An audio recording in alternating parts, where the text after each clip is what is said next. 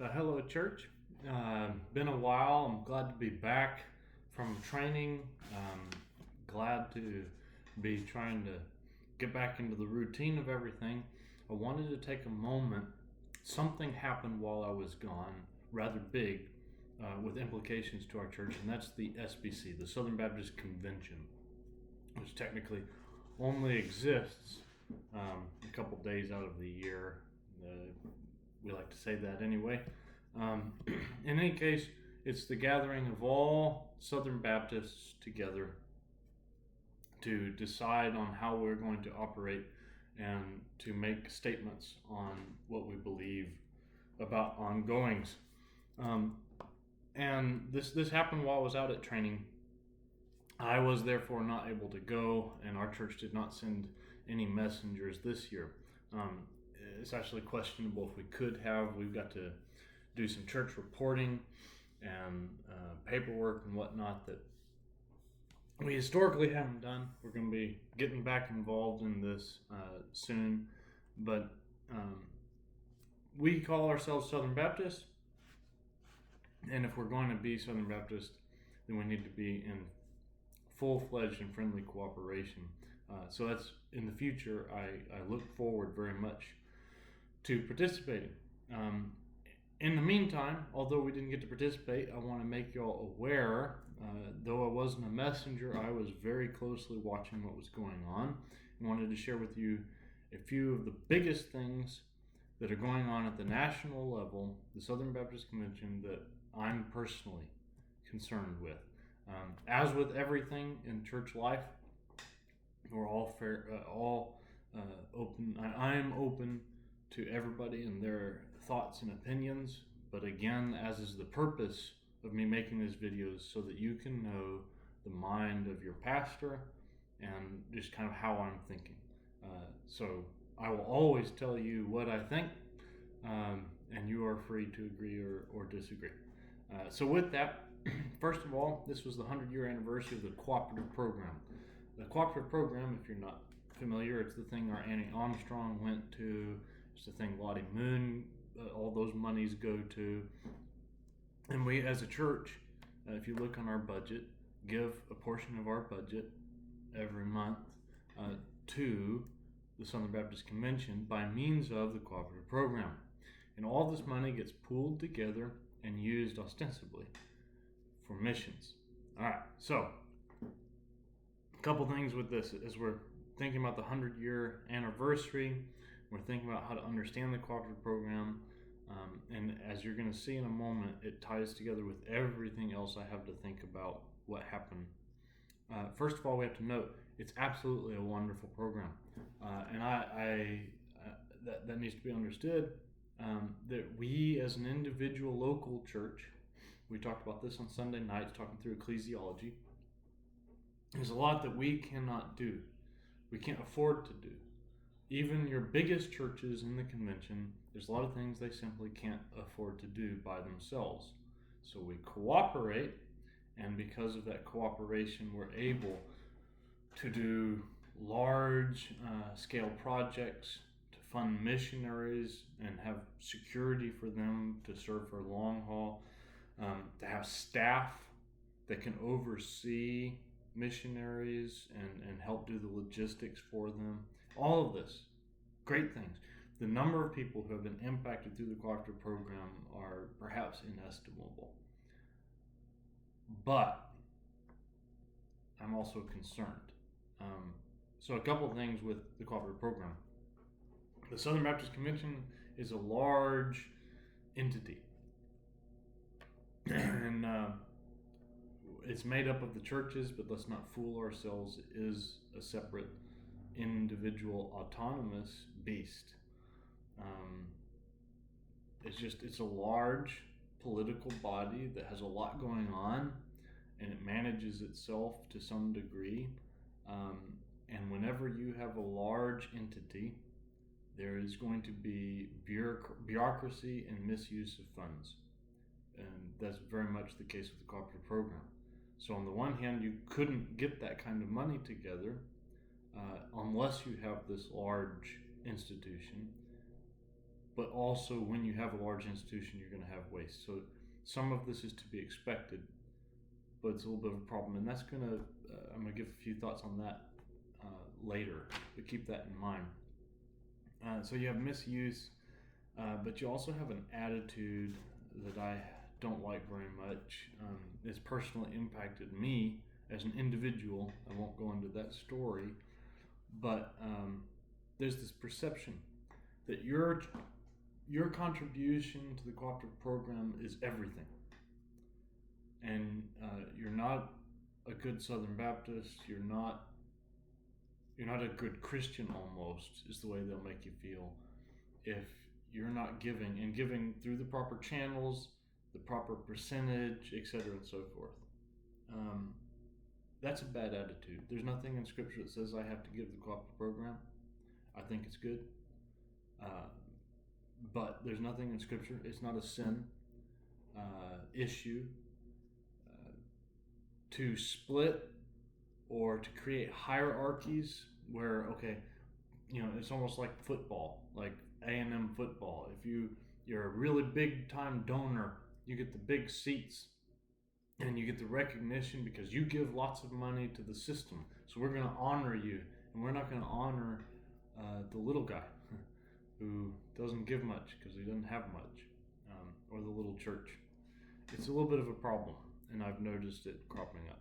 So there's a couple thoughts on the cooperative program, reflection as we passed our 100-year anniversary. Next thing, there's 3 big decisions that I had a vested interest in, and I'll cover each one. The first was there was a motion to remove the ERLC, that's the Ethics and Religious Liberty Commission. This is the lobbying arm of the SBC. The idea is that they can work on issues of justice, they can work on social issues, and give the voice of the Southern Baptists to the people in power over the United States in particular. The complaint is, and the primary reason why there was a motion to defund them, to remove them, to decommission, however you want to word it, whatever the proper wording would be, to abolish it, was that they have not been representing the will and the views of Southern Baptists properly. I don't know. I haven't looked at everything they said and everything they've done. I think some of the stuff that people are complaining about sounds a little bit petty, and some of it sounds fairly warranted, especially from the past. But that's not my complaint against them. That vote failed, and I really wish it had passed. By the way, it would take more than just one vote to remove it, so it was a little bit of a political movement. But nonetheless, I would really like to see the ERLC gone. But my reason has nothing to do with how they have or haven't represented us as a church. My complaint is twofold. First of all, if you go on their website and look at their stated purpose, I would challenge that as they state it, their purpose belongs rightfully with the local church. Political action is the individual action. The duty is with the individual. The individuals are led by the local church. We do not need to create layers upon layers of bureaucratic organizations to do what the local church should be doing. And maybe the local church is not as well equipped and not as well funded as the ERLC is, but that's just a call that we should be living up to better, not making something outside of the church. That's my first complaint. My second complaint, an even bigger complaint, is it's a waste of cooperative funding, the cooperative program funding. Our church gives to the cooperative program for missions. The ERLC is not a mission, not in the proper sense. I am not going to twist y'all's arms and ask y'all to give to the cooperative program in a big way when so much of that money is just going to fund an organization that does things we never directly benefit from. And you can talk about them getting rid of the Planned Parenthood or working, lobbying to get rid of it. That's all good. That's great. But so don't get me wrong, the organization is not bad, but it's not what we're giving our money for. We're giving our money for missions, not for some people far away from us to do things that ultimately is the job of individuals who are supposed to be voting and doing their job as citizens. So it's not the purpose of the cooperative program. It's not the purpose of the cooperative program. Like, I will jump up and down on this. This is my complaint. But it failed. The RLC is still a thing. It's still going. So we're still part of the Southern Baptist Convention. This is what the Southern Baptist Convention has decided to do. We move on. Next thing, the law amendment. I believe Sanchez, it was a name added to it. So if you're not tracking, this has been a many years thing. Any amendment to the Constitution requires 2 votes by the Southern Baptist Convention. We voted once and it passed. Last year at Indianapolis, they voted and it failed, which means the whole thing is just done. This year, they tried to bring it back and vote a 3rd time, and it failed again. What is the law amendment? In summary, it's saying that we believe that only men can be pastors, and that to be in friendly cooperation, you cannot have anyone except for men be in the role of pastor. Now, I'll point out we're also part of the BGCT. BGCT has a large percentage of churches that do not affirm that. They have women as pastors. I think you can be in cooperation with churches. It's troublesome to me. It's pushing the boundaries of denominationalism, but I think you can be, at least for now, until I change my mind, you can be in cooperation with churches with female pastors. Okay. If that's the only thing, if that's it. All right. Nonetheless, while there are many reasons people voted against it, and I could go down the list, essentially the only valid reason you would vote against this, in my mind, and I have conservative friends I know that disagree with female pastors that voted against it for various reasons. But I'm just going to say, I think, by the way, just as a matter of polity, there are better ways than this amendment to enshrine the requirement. Nonetheless, you have to deal with what is, not a complete restructuring as you would think would be perfect. And with what is, the only reason you would vote against this, or should vote against this, is if you think women should be pastors. I don't think women should be pastors. I don't think it's really very conscionable to vote against it from a biblical point of view. And what's more egregious, perhaps, is that it was suggested that there might be lawsuits if we don't vote this down. I fail to see how that matters. We do not run our church. We do not run our convention based on the fear of what people might do. We do it based on the fear of the Lord. Period.